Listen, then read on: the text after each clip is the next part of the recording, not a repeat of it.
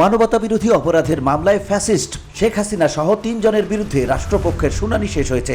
তবে শেখ হাসিনার পক্ষে রাষ্ট্রনিযুক্ত ২ জন আইনজীবী সময়ের আবেদন করলে পরবর্তী শুনানির দিন ৭ জুলাই নির্ধারণ করেছে আদালত। মঙ্গলবার আন্তর্জাতিক অপরাধ ট্রাইব্যুনালের অভিযোগ গঠনের শুনানি শেষে এই সময় নির্ধারণ করা হয়। এর আগে রাষ্ট্রপক্ষের চিফ প্রসিকিউটর তাজিল ইসলাম শেখ হাসিনার বিরুদ্ধে ৫টি অভিযোগ পড়ে শোনান। তিনি অভিযুক্তদের বিরুদ্ধে অভিযোগ গঠন করে বিচার শুরুর আবেদন করেন।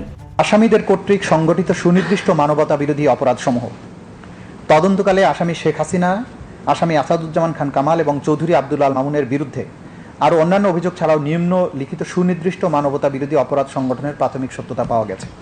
সুনির্দিষ্ট অপরাধ ১, ১৪ জুলাই ২০২৪ খ্রিস্টাব্দে গণভবনে আয়োজিত সংবাদ সম্মেলনে আসামি শেখ হাসিনার উস্কানিমূলক বক্তব্য প্রদান এবং এর প্রেক্ষিতে আসাদুজ্জামান খান কামাল এবং চৌধুরী আব্দুল আল মামুন সহ তৎকালীন সরকারের ঊর্ধ্বতন কর্তৃপক্ষের প্ররোচনা, সহায়তা এবং সম্পৃক্ততায় তাদের অধীনস্থ ও নিয়ন্ত্রণাধীন আইনশৃঙ্খলা বাহিনীর সদস্য সশস্ত্র আওয়ামী সন্ত্রাসী কর্তৃক ব্যাপক মাত্রায় এবং পদ্ধতিগতভাবে নিরস্ত্র ছাত্র জনতার উপরে আক্রমণের অংশ হিসাবে মার্ডার, অ্যাটেম্পট টু মার্ডার, নির্যাতন, অন্যান্য অমানবিক আচরণ করার অপরাধসমূহ সংগঠনের প্ররোচনা, অ্যাবেটমেন্ট বা উস্কানি, ইনসাইটমেন্ট, সহায়তা, ফ্যাসিলিটেট, সম্পৃক্ততা বা কমপ্লিসিটি করার, অপরাধ সংগঠনের প্রতিরোধে ব্যর্থতা, ফেইলিউর টু প্রিভেন্ট, অপরাধ সংগঠনের জন্য দায়ী ব্যক্তিদের শাস্তি প্রদান না করে ফেইলিউর টু পানিশ এবং ষড়যন্ত্র করার অপরাধ যা আসামিদের জ্ঞাতসারে সংগঠিত হয়।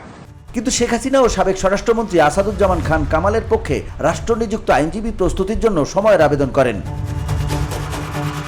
এই মামলার একমাত্র গ্রেপ্তার হওয়া আরেকজন অভিযুক্ত পুলিশের সাবেক মহাপরিদর্শক চৌধুরী আব্দুল আল মামুনের আইনজীবী আদালতে জানান, তারা অভিযোগ গঠনের বিষয়ে শুনানি করতে চান না।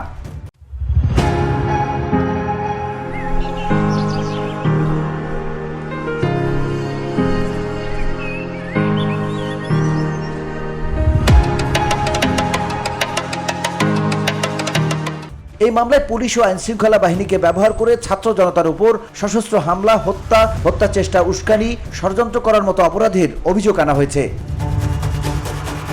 VOD Bangla news desk.